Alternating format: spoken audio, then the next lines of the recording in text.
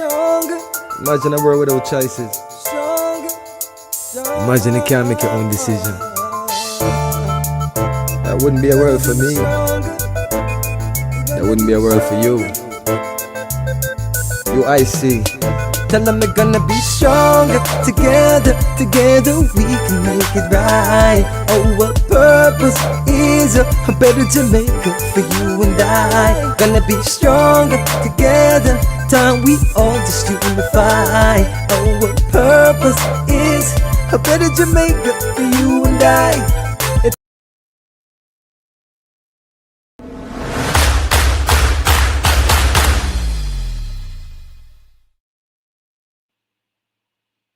Hello and welcome everyone to our new episode or the latest episode in UIC Liberty TV. My name is Douglas Harper and we have a very interesting show for you guys tonight.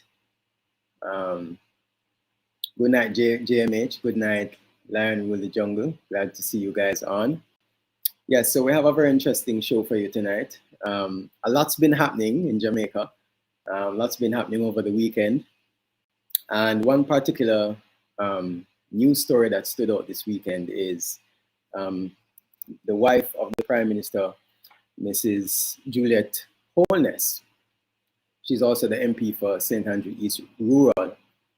She made a statement yesterday at a political gathering, and one of the things that she said was, you know, everywhere in her constituency that is unsafe to live, comrades live there.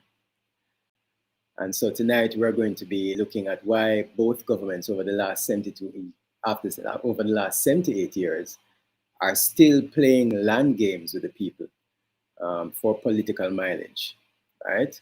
Instead of providing a structured approach to giving the land back to the people of Jamaica, which is really what the people of Jamaica really, own the land of Jamaica. So we'll be having a special guest come on tonight. Her name is Miss Donna Mattis, and I'll introduce her a little later on. So she'll be coming on as well as Mr. Pattison to share their views and, on that specific topic and other things as we go along. All right, so guys, please remember to like, share, and subscribe to the channel. We need as much help as you can. Spread the word of the UIC and spread the word of the Liberty TV channel. Big up Sarah Harper and President Mr. Pattison. Big up yourself, D. Desmond Mary, good night. Glad to see you on. Donovan Hoylett, good night, good night. Craig McKenzie, Sylvester Lawrence. All right, guys, so I'm going to get into it. So I'm going to start by playing the news story that brought the whole thing to light. And so we're going to play that, and then we're going to come back, introduce our guests, and talk about the subject matter. All right, so stand by.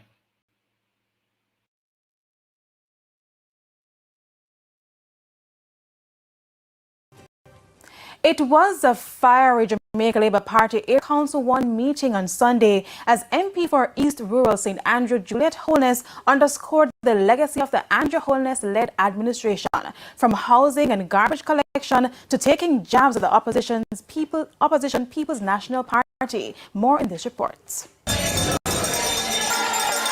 A grand entrance for a grand occasion. One of the first face-to-face JLP Area Council meetings in Kingston since COVID-19. The main speaker, MP for East Rural St. Andrew Juliet Holness, was adamant to make her mark when she took the microphone. Everywhere in my constituency that it is not safe to live, comrades live there. Anywhere where a river going to wash away, comrades live there. Anywhere that is a garbage dump, comrades live there. And it's not Labour Party put them there. I want people to start to look around. Life rough, yes, and some of us do have it hard, but start to look around. message comes at a time when the government has been criticized for demolishing illegal structures in Clifton, St. Catherine. And so Mrs. Holness urged Jamaicans to reflect on the history of housing solutions put forward by the PNP. Places they put people to live, they would never live for a minute. They don't even want to visit and walk through. So when I have people in my constituency and flood rivers come down and wash them away, and their leader come and tell them, don't move, stay right there. I recall Desmond McKenzie saying to me years ago, I beg them to move. I find place to put them, and they refuse to move. As she compared and contrasted the events of the past, she did not leave out the perennial problem of garbage collection. An island-wide shortage of garbage trucks has seen uncollected garbage piling up in many communities in recent months. However, Mrs. Holness believes the Andrew Holness-led administration did not create that problem, but rather found the solution. Since then, the Jamaica Labour Party have turned over to NSWMA 64 garbage trucks. And you already heard the announcement. How much garbage truck on the way? Another 50 trucks. That is 114 trucks versus them who don't do nothing. The meeting comes as the JLP gets set for its annual conference on November 20. And still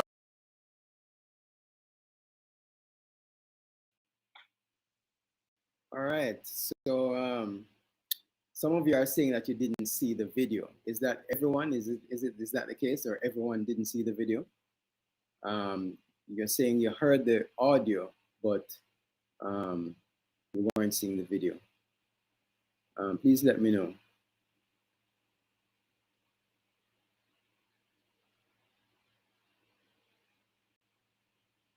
Okay. Well, while that's going on, you guys heard the audio, and the statement made by Mrs. Holness is, some are saying is unfortunate. I think it's more than unfortunate, but we're going to get the views of our guests tonight on this. So we have as our guest Miss Donna Mattis, and she is an educator. She actually teaches grades 9 to 13 in our schools here in Jamaica. She's a blogger as well. She's an activist and also a member of the People's Anti-Corruption Movement. Welcome, Miss Donna Mattis. Glad to have you on. Thank you. Thank you for having me to be here. You're welcome. And of course, we're going to bring in Mr. Pattison, who is the president of the UIC. You all should know this. Anyway, so good evening, Mr. Pattison. How are you? I think you're muted. I'm not hearing you. Good evening, Mr. Harper. Good evening, Ms. Mattis. Good evening to all our viewers out there across the world. Good to be here with you tonight. Okay, glad to have you both on. So I'd love to get both of you your views on this news story. I'll start with Ms. Mattis first. Well, as you said, that it's more than unfortunate. That's what she said. I think that maybe Mrs. Hood's excuse will be that she was speaking at her party constituency, at a party constituency meeting. The thing is, though, crime is a monster in Jamaica. It's just today really. I was thinking about it, and I said it for a long while now. For a good while, every year the murder rate is over, say, 1,000 people. And if you calculate all of that and you realize how many people have died between X year and Y year, that's a lot of Jamaicans. And we're not, it's not a civil war. We're not at war, And for Mrs. Holness to tribalize crime, to divide it between the two parties, is just despicable. It's a despicable act. It's an insult. It is disrespectful to the people who have died. The many Jamaicans who have lost their life to crime in Jamaica. It is disrespectful to their family. It's unfeeling. It's divisive. It is dividing the nation between the two political parties. And most of all, it is not good governance. It's very poor governance, you know. And we need to get past this stage of tribalizing everything. Not everything doesn't have the, why is it that in Jamaica everything is always, you know, between two political parties? Why can't we just be Jamaicans dying? It's a concern for everybody. It must be a concern. You know, Jamaica is a very scary place to live.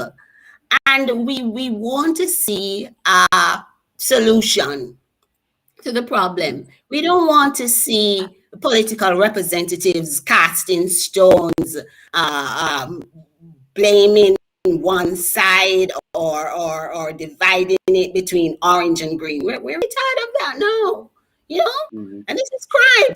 This is people are dying. People are dying, and this is what she had to say. And I know that probably her defense, as I said, will be that she was at her constituency meeting. But the thing is, media was there. Yeah. You have to be careful.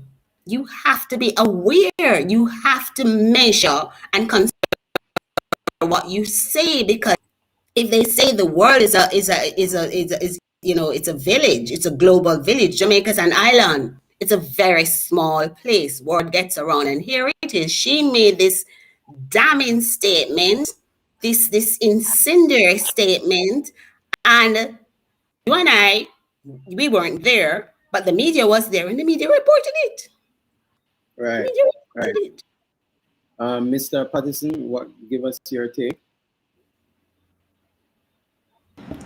I agree with everything that Ms. Mattis has just said. But it comes back to something we have been talking about for a while here on this channel. The two major political parties are a part of a system which you can only describe with three words: divide, distract, and extract. Three words: divide, distract, and extract. So what Mrs. Holness was doing was simply carrying out the playbook that we have been suffering for the last 78 years. The playbook of the colonial masters was to get us to be divided among ourselves, to use partisan politics to distract us, while a few among us extract our wealth away from us.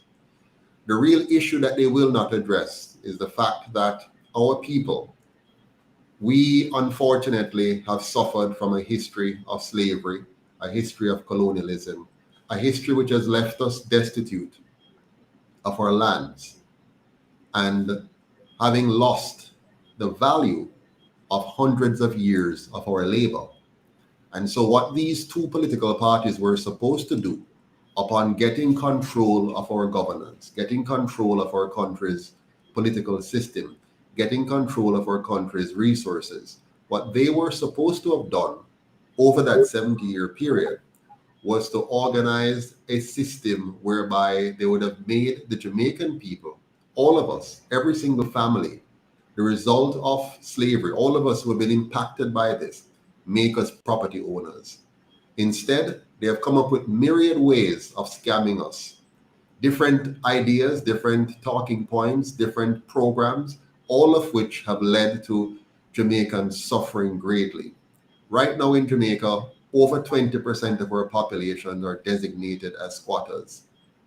You're talking about over 500,000 Jamaicans who are living in squalid conditions, who are living on the margins, who are living in fear, living in stress, knowing that they don't have tenure on the land that they occupy, not being sure how much they can build with certainty. Do you know what that does to a family? How it grates at their minds and prevent them from becoming highly productive and very stable? This has been the basis for undermining Jamaica's economy for years. It has been the basis for much of the crime that we have. And let us never forget that the Jamaica that we see today is the direct result of these two parties. They were the ones who constructed the garrisons and the gangs. In fact, both of them, are responsible for causing many persons to be living as squatters. This is not a today problem. If you go back in the history of Jamaica from the first election in 1944 until now, these two parties have been doing things that gets the Jamaican people into the position we're in now. They have single-handedly orchestrated the creation of what they call squatter communities. They have done these things to build electoral numbers in different divisions and different constituencies. They have what they're now claiming that they're trying to get rid of is what they create. And they're not trying to get rid of it. What they're trying to get rid of is the people who stand in the way of their looting Jamaica. So whenever they find it feasible or reasonable or to their best interest, those who back them, those who fund their parties, they simply push the pawns off the board. It's like a chessboard, eh? And they simply eat up the pawns. Who are the pawns? These people that they have kept marginalized educationally and economically, and then play them and play with them and discard them as they see fit. It's time for we, the Jamaican people, to get up and step up and say, enough of this. We are going to be one Jamaica, united, strong, and free. We're no longer going to be divided by green or orange, PNP or JLP. We're going to be united as Jamaicans. They know it's hard for us to do this because they've taught us to be divisive. They've also made us dependent and weak by having the rich fund their political parties to give handouts at election times and to fool us and trick us into continuing to vote for them. But the time for that to end is now, and we have to come together and make that happen. Okay, so why, having said all of that, the average Jamaican is living in conditions that are subpar. They're barely making ends meet. They are, as Mr. Patterson said, 20% is 20% of our population is living in squatter settlements or squatter communities. Many people are not able to afford a house or a home. Why shouldn't they just continue to live in the conditions that they have? You know, why shouldn't they just try to eke out something for themselves? Why should they be concerned about the political aspect of things? Because it's not working out for them anyway. For either one of you can answer that question. Well, if you look at it, if you consider it, 67% of people are not taking part. They're not taking part in the electoral process, so they're withdrawn. They don't care, and what that tells me is that they're trying to survive in whatever way that, you know, within the system. They're not trying to change it. They have given up on changing it, and they're just trying to survive. So, granted, they may not be the people who are squatting, but the majority of Jamaicans, they just don't care anymore. The people who are landless, I don't like to call them squatters. I think it is derogatory. Coming out of the history of emancipation, where we were 100 years of free labor, we were thrown off the plantation with no support, no financial support. Where were the ex-slave people to live? So I think that land rights is or land ownership is a basic human right. You know, I think that every Jamaican a piece of Jamaica. It has been derelict of both we the people and the political parties that since 1962, let's start from there, when we got independence, that issue of land was not on any political platform. It has never been. It should have been. It should have been an issue, because each political party comes with a commitment to empower people, to make things better for them. And if land is wealth, if land gives you some sort of empowerment, then it as I said, it should have been a part of every political election platform, you know. So it says to me then that both sides are not really concerned, as you know, as Mr. Patterson was saying, that both sides are not really concerned with with people's welfare. It's a power struggle. It's a power struggle between both sides, and we the people, we get left behind. You know, nobody with promises. We get promises, and we've been having promises for 60 years now, with no fulfillment of those promises. Well, So Miss Mathis, I have to say, I'm not going to give them a free pass on the 18 years before independence.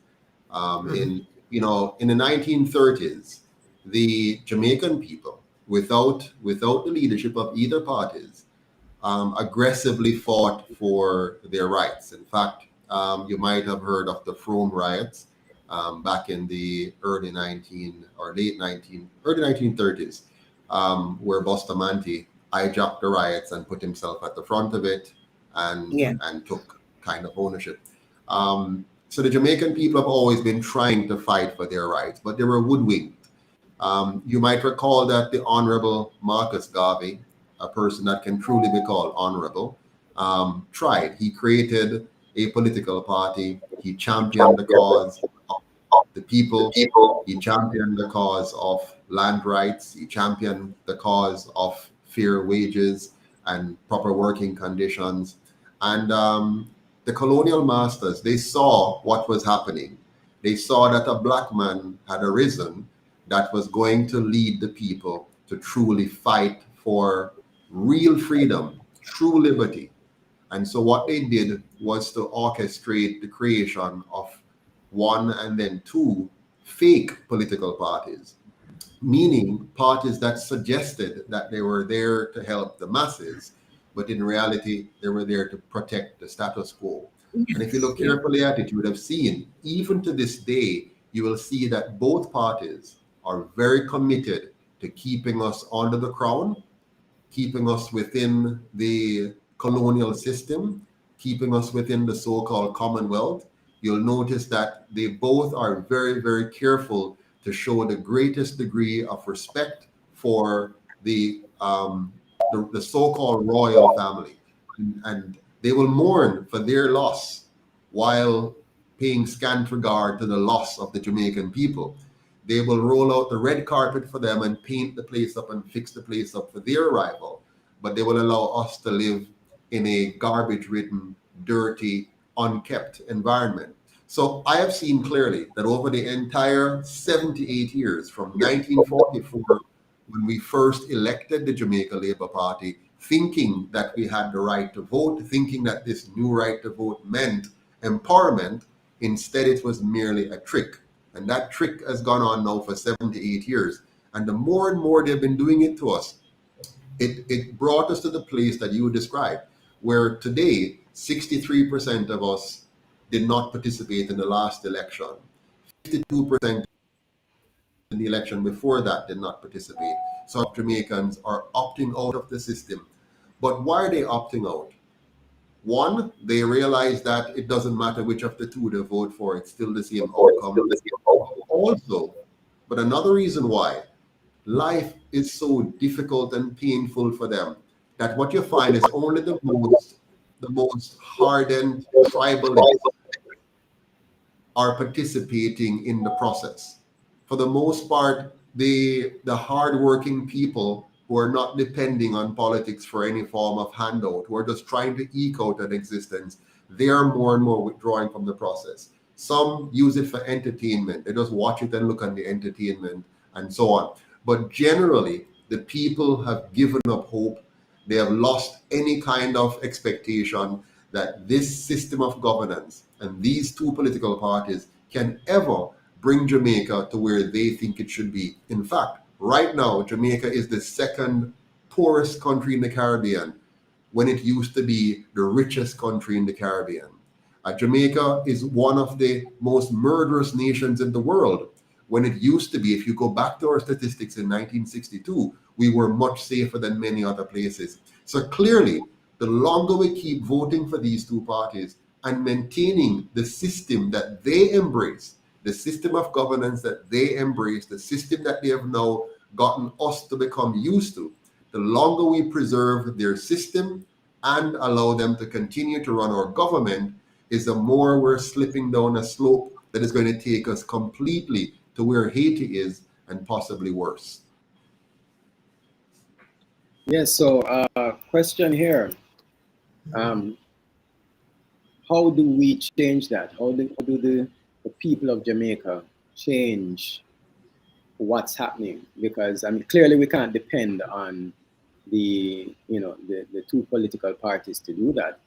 What can we do as a people to change this? Before I allow Ms. Mathis to respond to that, I just want to say something based on the comments I'm seeing in the comment section. Let's be very clear. No Jamaican who has not occupied a private property of someone else is a squatter. Okay? So let us not call our fellow citizens squatters. Those persons, and there are about, I think there are some 500 to 600 so-called squatter communities. 70% of those are on so-called government lands. None of those lands belong to the government. There's no land in Jamaica that belongs to the government, not even 1 inch of it. There's no land in Jamaica that belongs to the crown, not even 1 inch of it. All of the land in Jamaica belongs to the people of Jamaica. The problem we have is that the government of Jamaica has not designed a transparent, clear, well-articulated design that would allow every Jamaican to take hold of their birthright property. Instead, they have played politics with our land, use it to manipulate us, and has been selling it out without our consent. They've allowed foreign companies to come in, for example, and destroy our land, destroy our health, destroy our water table. Every day that we allow bauxite mining in Jamaica is a day that we're losing land that can never be replenished, land that they're poisoning, potential damage to our waterways that may not be reversible, plus the consequence of the byproducts that get into our lungs and into our farming communities and undermine our food security and our healthcare system and our health. So we have a government that is pretending in many instances to care, but have policies and laws which are designed to systematically destroy the Jamaican people without us even knowing that they're doing it. So the time has come for us to get serious about taking charge of our land. What bothers me though is the large number of intellectuals we have. I hear them on the radio every day. You know, you have the Cliff Hughes of the world who come on and they talk so polished and so nice and so sweet, and they can argue with the poor ignorant people who come on their programs and try to talk with them, but they're not polished as they are. They don't know how to fully articulate themselves, and they just twist them up and play with them. And you have them go on, all of them, and I've seen it for years, and they talk and talk and talk, but they never get together and let's stop this from happening. Well, we're going to do it. That's why we have the United Independence Congress of Jamaica. We're bringing together all the independent thinkers in the country and around the world, because Jamaica is bigger than just us here. We have nearly 4 million Jamaicans living in other countries who want a better Jamaica. So we're pulling together all of these people and we're uniting these people to say once and for all, let us put aside what they have used to divide us, and let's unite around our desire for good governance in our country and save our people, save our land, and restore the heritage to the people to whom it belongs. Ms. Mattis? Yes. First of all, I'd just like to say when I started at dated it at 1962, I meant that we have not insisted, the voters, the electorates have not. I know that we understand that land ownership is a major concern, but the right to land, the right of every Jamaican to own land, we have not, as the electorate, insisted that both political parties address that issue since we have been governing ourselves, then call it, since 1962.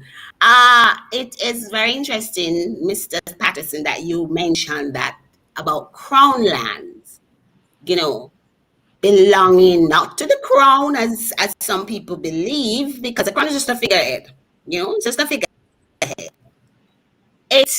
The land belongs, as you said, to the people. The government is the largest landowner. It owns 20% of 22% of the land, and I think the figure for squatters is 20% of the people are squatting on government land. It's as I said, it's interesting that you mentioned that, because the CARICOM, the Caribbean governments, have joined this movement for reparations from the UK. But it has been my opinion that reparations can start here, right at home. They can start by divesting themselves of those crown lands, because it's not land that belongs to them. That land, that 22% that they own, it does not belong to them. If anything, it is ill-gotten gains. They are benefiting from colonialism. They're benefiting from enslavement. So it's really hypocritical that they have proceeds from slavery and they are going to ask Britain for reparations. And I'm not saying that reparations is wrong. I'm a staunch supporter of reparations. They call for reparations, but I think one area where they could, before they even go to England, there should be land distribution. Divest themselves of that land. Give it to the people that it belongs. As I said, it rightfully belongs to the people, because the land was owned by the Tainos.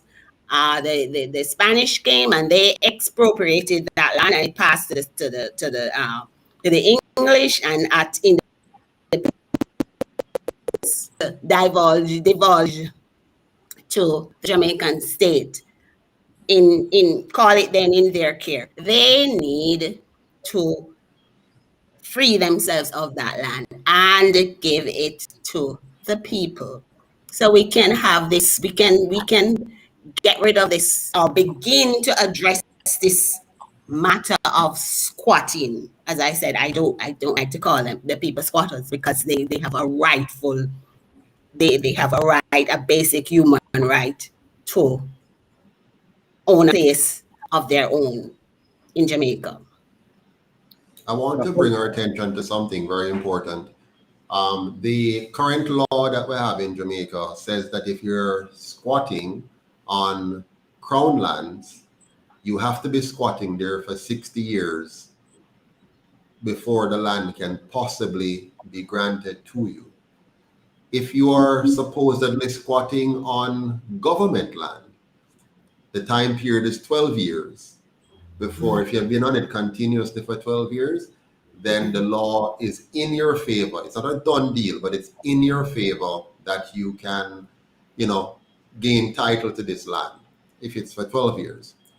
The same applies to private land. If you capture somebody's private property and you have been on it for 12 years and nobody has interrupted you, again, it is easier for you to gain title to that land.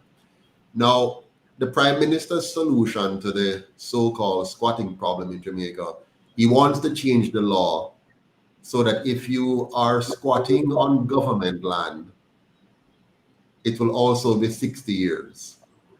As well as, so he wants to bring it to the same number of years as crown lands. Now, it clearly shows you the mindset of the Prime Minister. So you can understand why his wife said what she did. They're not here to fix the problem, ladies and gentlemen. They are the problem.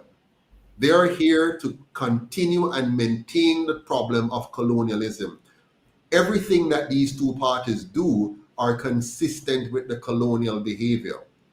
The colonial masters, the only way they can keep a people subdued is by dividing them. That is why Mrs. Holness wants to entrench and ignite and cause the division. The colonial masters, for them to keep the people under control, they have to distract them. They use all manner of distraction. And for example, they divide them into house slave and field slave. They give preference to those who snitch on the others. They give some little benefits and then some they punish if they're not doing the right thing and behaving the right way. The very same thing. They have given favoritism to those who supported their parties, and then they punish those who don't support their parties. They have brought guns into this country and give to people to defend their territories and to expand their voting territories, and they have caused us to kill each other. That's why today our police are committing extrajudicial killing, because it's now a part of our culture to do these things. So these two parties, they know exactly what they're doing. They come and pretend before us like they're trying to solve our problems. They're not trying to solve our problems. Here's how they can solve our problems overnight. First and foremost, admit to the Jamaican people without any mincing of words that this land belongs to every single Jamaican. It does not belong to the government. That's the first step. And step number 2, admit that they have failed for the last 7 to 8 years to design a program to give the Jamaican people their property. And number 3, make it very clear that when you're not a property owner, you're not free. It's only free people who own land. It's only free people who have property. And that is why they have kept the Jamaican people outside of property ownership for as long as they possibly can. And they have no intention, even when they create NHT, which many people, say, wow, what a wonderful, great program. And it sounded like a good program. It has gotten them many votes over the years. But how has the NHT worked? It has worked to get 100% to forcibly contribute to the plan, but only 25% would ever possibly benefit, which means you're tricking and lying to the 75% who will never ever benefit from this process. So all of their programs, no matter how nice they sound, no matter how sweet the promise, it's always a switch and bait. It's always a trick designed to send the fool a little further. And they have fooled us and fooled us and fooled us and fooled us for 78 years. And my question to my fellow Jamaicans is, how long? How much longer are you going to sit there and allow them to fool us again and again and again? I say the time is up. Mark Golding said time come. Yes, time come for us to get rid of the two of them. Their time is up. It's time for us now to say, listen, we see the game, we see the trick, we understand what you do, and we're not going to allow it any further. We must make it clear to Mr. Holness, we don't want him to change the law from 12 years to 60 years to deny Jamaican their land. We want you to give the Jamaican people their land right titles right now. And if you can't do it, move out and allow the UIC to do what we have always promised in our manifesto, to make every Jamaican a property owner. We have the formula. We have the methodology. We have taken the time to think about and plan for the benefit of the Jamaican people, while they have taken the time to think about and plan for how to benefit the PSOJ and those who have been funding their parties for the last several years. Mr. Patterson, question. So the UIC has, said in their manifesto, they plan to return the land to the Jamaican people. How do you go about doing that? I mean, without going into details, of course, but a summary of how does the UIC plan on carrying out this manifesto? Or this first of all, I love to begin by telling a story. It's a simple story. There's a group of people in a small country called Singapore on a small plot of land about the size of St. Thomas. They have nearly twice the amount of people living on that small plot of land. Think about it.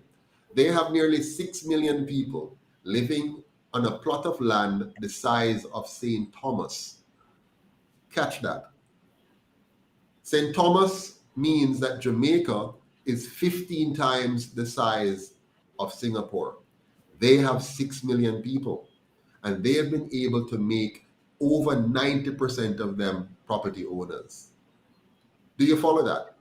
Singapore has been able to make over 90% of their population of nearly 6 million people living on an island or a bunch of islands that is no greater than the size of St. Thomas.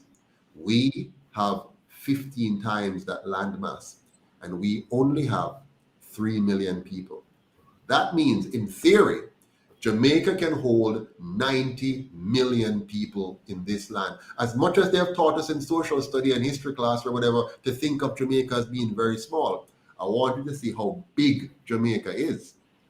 If little Singapore, with nearly 6 million people, can make 90% of their population property owners, and they have done that in the first 25 to 30 years of their independence, which happened in 1965. We got independence in 1962. They got independence 3 years after us in 1965. And within 30 years, they made the vast majority of their citizens property owners. How did they do it? Their brilliant leader, Lee Kuan Yew, sat down and formulated a housing board, just like how we put together NHT, which is a waste of time and a joke, which have cost us billions of dollars stolen by the government while robbing us forcibly by taking that money out of our pockets. He instead put together a housing board that designed a housing solution that made the Singaporean people able to access very affordable, high-quality homes. You hear me? Affordable, high-quality homes. Those two words don't normally go together. And he also made sure he didn't design a Tivoli. He didn't design a failed community. He designed successful communities with all the amenities, parks, play areas, daycare, police services, all kinds of social services built into those communities, and a mix of rich, middle income, and so-called poor. In fact, Singapore don't really have poor per se, because they have moved their people up. So they have used a very, very successful model, and they did it at the same time when we were wasting the Jamaican people's time, right?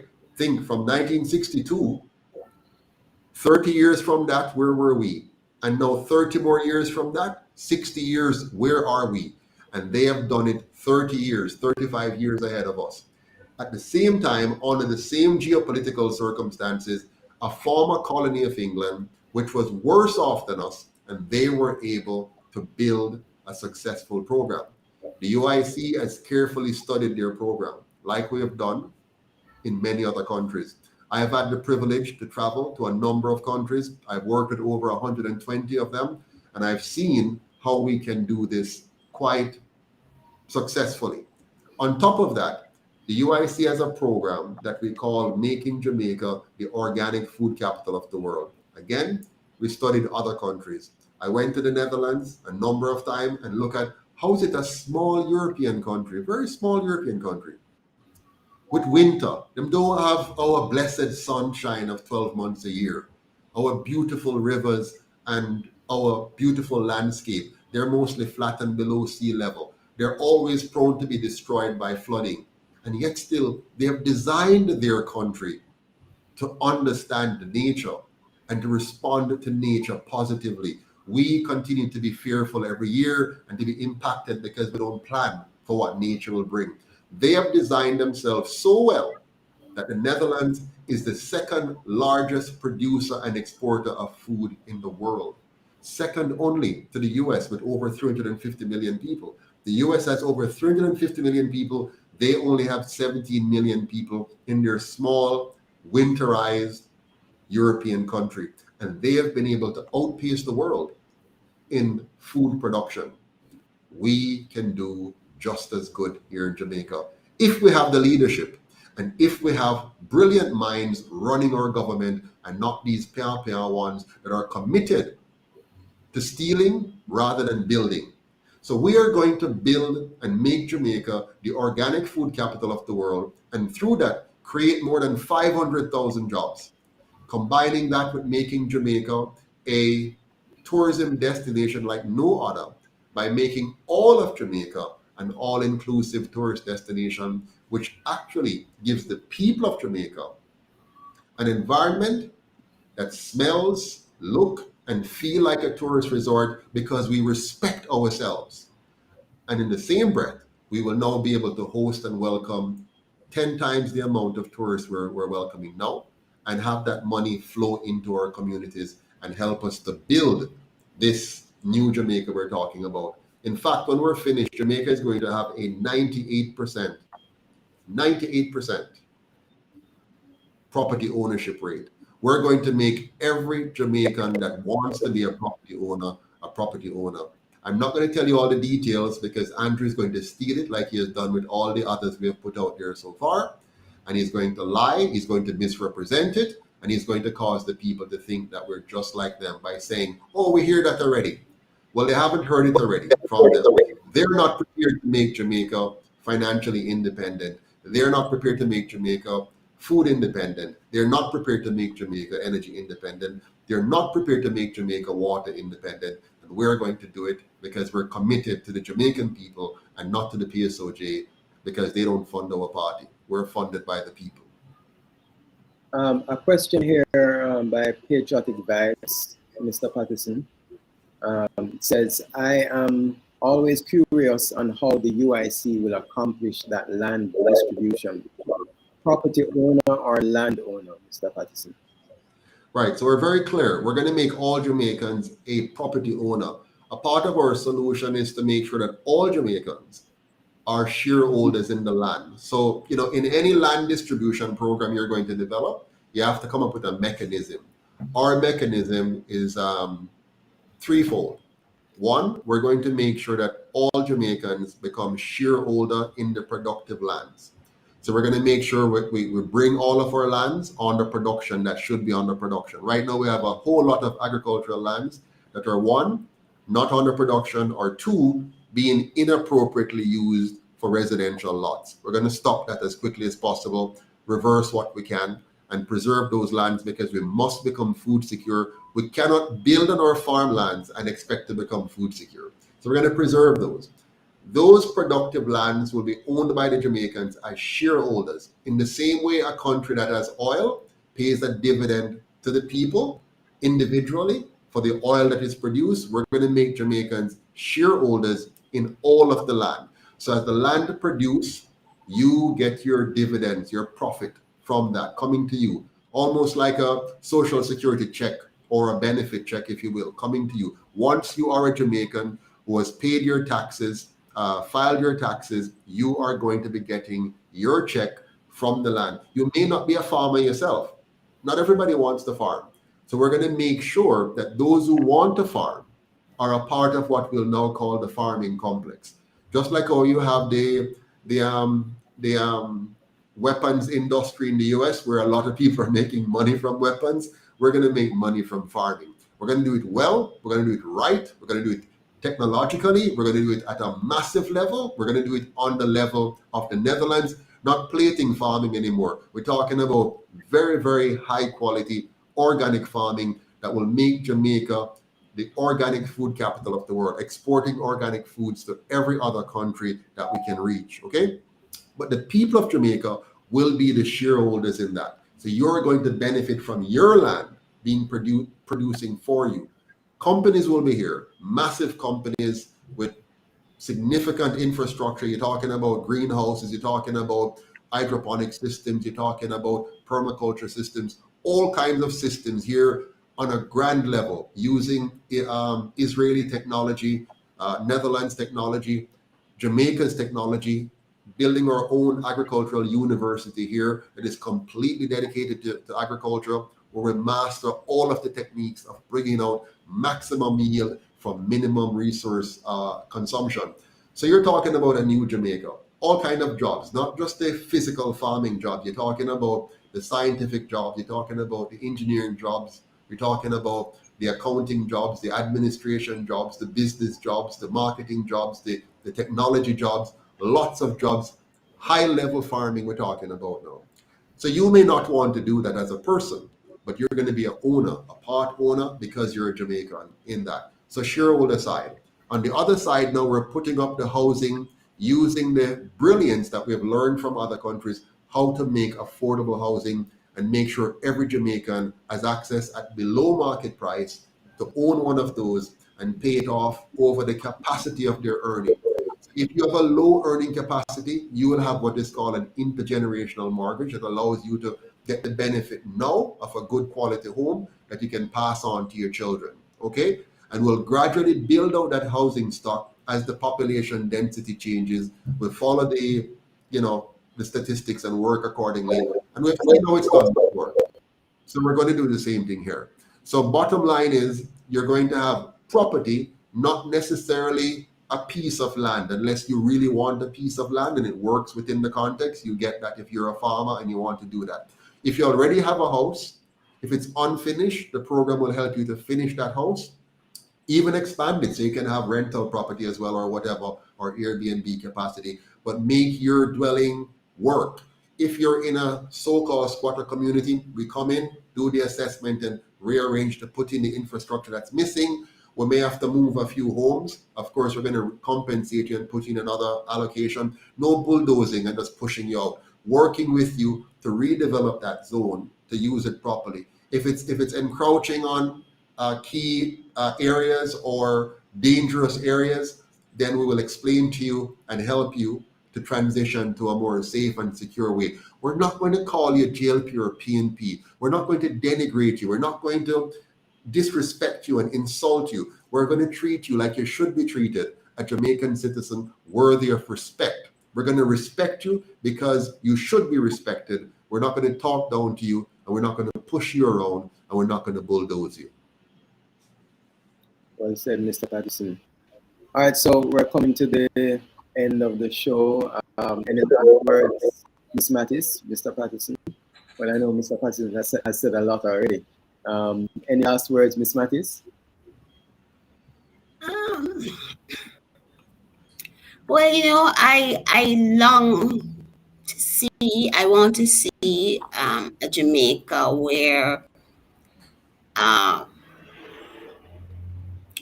let's just say, I long to see that Jamaica where everybody can be proud of,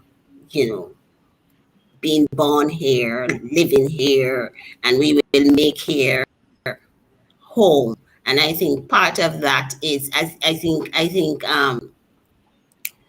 land is a part of that. The politics is a part of that. We need to change that. We need to change the mindset. I mentioned earlier about the 67% of the people who have withdrawn from the system, and that's not good.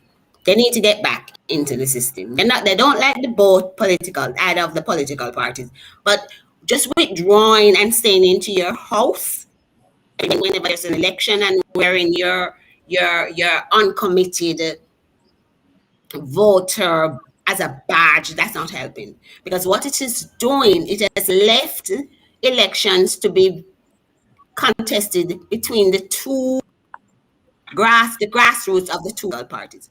This current administration that we are under, there's a question of legitimacy, because it's only 33% of the people who went to the polls. That means this government, this JLP government, if you split that, then that 33% between both political parties, maybe the JLP the JLP government is got 20% of that 33%, and they are what is bad, and it's because of the Westminster model that we refuse to leave, as the Patterson said about their,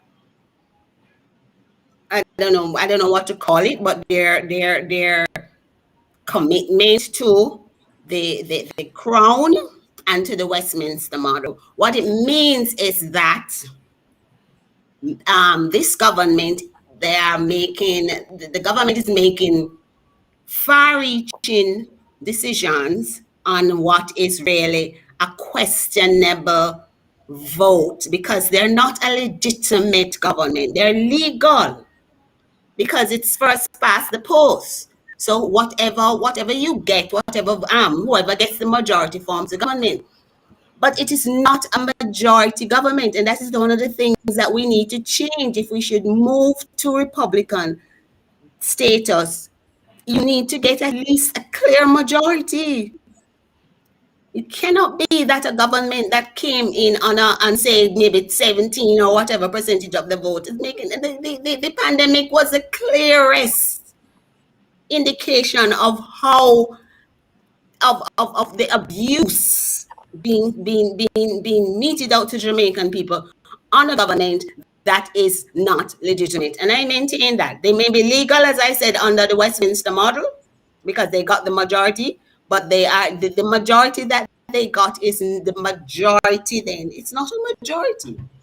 Yeah, they only got 21%. They got 21% of the total possible vote. So we have a government that is ruling us, that is hurting us, that is making sweeping changes and selling our assets. By the way, they're selling our assets. They're selling our lands. They're giving away our land. Yes, they're selling our land. They're taking our beaches. That's another issue for another time. They're taking our beaches. They're giving our lands as gift to foreigners. They're signing away our rights. They're signing deals every day with China and other countries, and making commitments with only 21%. And the opposition is no better. The opposition is even worse. They only got 16% of the total population. So together, they account, as you said, 37%. The 63% of us have not voted for them. We don't want them. Now, you talked about reparation earlier. If you don't mind, Mr. Harper, Ms. Mattis talked about reparation. And when people hear about reparation, they think about the colonial masters who robbed our people, raped our people, abducted our people, and all of that. But the two parties in Jamaica owe the Jamaican people reparation. They owe us reparation because they have raped and robbed and pillaged this nation. Right now, we owe $2 trillion, which they borrowed on our head, wasted and stolen, and we are now forced to pay back. Right now, every tax dollar we pay, at least 33 cents of that goes to pay back a debt which we did not benefit from. Just imagine if somebody came and took out a debt in your name, Ms. Mattis, took out a mortgage in your name, You had no idea that they did this. And they used let's say you had a house, and they used your house as collateral to get that debt, which is you, by the way. The debt is on your head. And then they now defaulted on the debt. And you now every month have to go to work and work hard to pay off a mortgage for a house you do not own. Instead, those who defaulted on it, they have the house that you're paying for. They have the mansion on a hill. They have the massive house on a hill. They're enjoying the fruits of your labor, and they're forcing you and me to pay back $2 trillion while we are suffer bad road, while we are suffer bad education, while we are suffer bad health care, while we are suffer massive crime caused by the social decay and the economic decay that they created and left that burden, and then tell us about we have to suffer. They tell us over the years, you know this more than me, they told us to ban our belly. Every single one of them come in an office from 1944 to 1962 to 1972 to 1982 to 1992 to 2022, all of them telling us that we must suffer for the 2 trillion debt that they took out and build their mansions, created their pensions, send their picnic to foreign school, paid for their overseas hospital bills. And we, the Jamaican people, must pay for their $2 trillion debt. That is the biggest crime ever, and we demand our reparation now. But they won't pay it. They will not of their own accord pay it.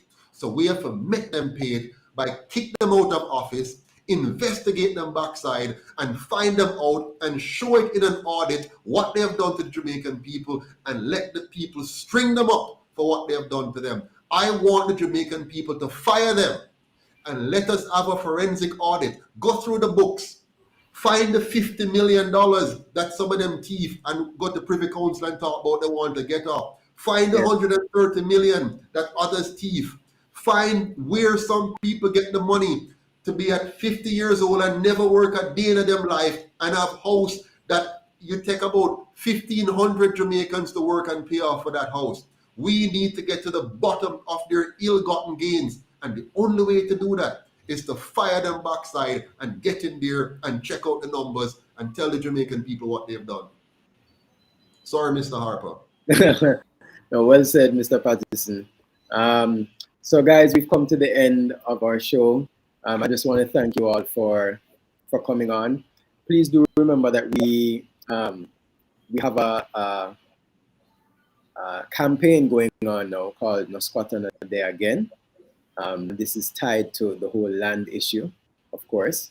The UIC, as you've heard Mr. Patterson state this evening, strongly believes in, the land, that believes that the land belongs to the people. And as the UIC, when the UIC becomes government, we will ensure that this land is given back to the people. But even before then, we want people to understand that the land is yours. The land isn't the government's, the land isn't the crown's, the land is yours. And so part of that education campaign is through our No Squat on a Day Again campaign. Anything to add to that, Mr. Patterson? Just want to say that we need to check with the people and see what they give us as a score for our program tonight, whether they think it's good or not. But before you go there, I want to just say that we must not allow Mrs. Holness to get away with this. We must not allow Andrew Holness to get away with what he has done to the people of Clifton and what he's doing to the people of Lloydersville, Pleasant Hill. Right now, you have 60 families in Pleasant Hill. Right now, 60 families that are living in terror, in fear. Their own government is terrorizing them. Some of them have lived on that land for 60 years, 50 years. Their family have lived in those homes. Those people, Mr. Harper, those people have worked hard and saved their money and buy a little 100 block.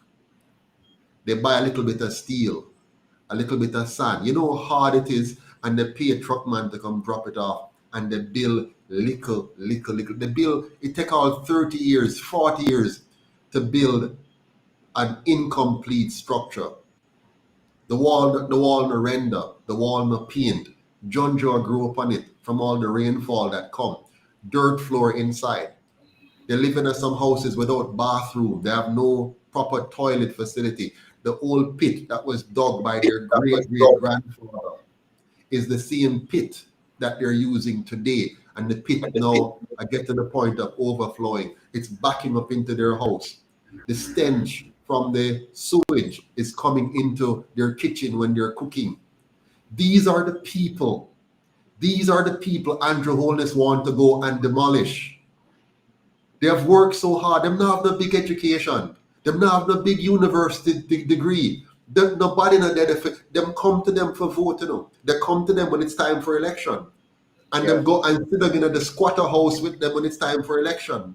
They roll up them sleep, them foot, and walk through river to go to them to get their vote at election time. And now they want to destroy and demolish the people that them keep poor.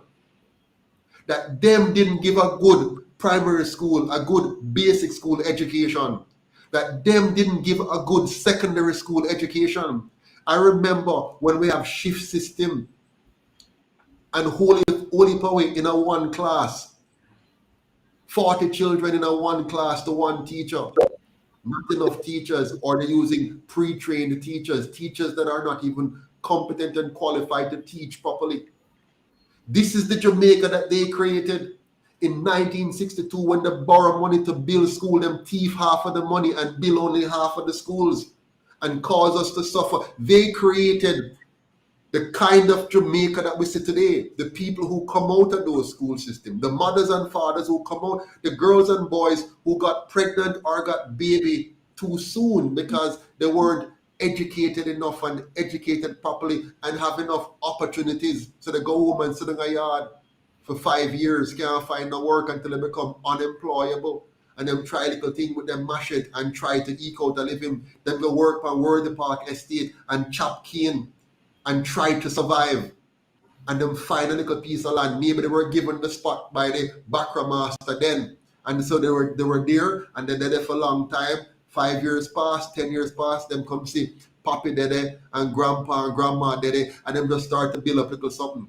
And Andrew got there now and threatened the people that by December 6th, him going to come and bulldoze them if them don't come out of them house. And they go there and tell us about criminal up at Clifton. Call the people them criminal. Yes, who are the criminals? Are them put the criminals down there? Who more than them buy guns and give to our young boys and girls and turn them into dons and criminals and gangs, Miss Mattis? Who more than them did that? Is them create Tivoli? Is them create Rima? Is them create Jungle? Is them create all of them things here in the country? And then turn around now and I blame the people them and I hurt the people them and I punish the people them for what them do. No, man, we can't allow this. On December 6th, we must go up there. We must make sure we go up there. We, the Jamaican people, from east and west and north and south, let us get on some buses. And we must make sure when Andrew come with him police and him soldier them, when him come with him demolition machines, we must be there to be a human shield to stand between him and the people, with the people, for the people, against the government, which is the enemy of the people. We must stop him, we must stop them, and we must get rid of both of them. Don't make Markham fooling out about legal this and legal that. Don't make Andrew come and fooling about hugging up after him, demolishing them. We must stand against them, and we must make sure that by the next election, not one PNP or JLP seat sits in the parliament of our government, and not one PNP or JLP seat sits in our council in any of the municipality. We must empty those chairs, wash them out with J's, with Ajax, with every kind of cleanser you can find, Dettol, everything. Wipe off those chairs, wipe out the memory of them, clear our country of their despicable leadership, and put some good leadership in this country and fix the country up and make every Jamaican a property owner with a safe, clean and orderly, decent Jamaica, what we deserve and what they're not able and will never be able to give us because they're not working for us. End of story. Argument done now, Mr. Andrew. Drop mic. All right, guys. So thanks for tuning in. Miss Mattis, did you have anything to add? Thank you for having me. I've enjoyed the discussion. Okay. Thanks for coming on. We enjoyed that. We enjoyed the discussion as well. And thank you, Mr. Pattison, as well, for coming on. My pleasure. So thanks, guys. And remember, guys, one Jamaica, stronger together. One Jamaica, Stronger together. And by the way, let's think out of the box, okay, guys? It's time for us to think out of the box. No more partisan politics. It's unity time now. Let's come together and create one Jamaica for all Jamaicans because we're stronger together. Take care. Good night. All the best. See you tomorrow. Bye.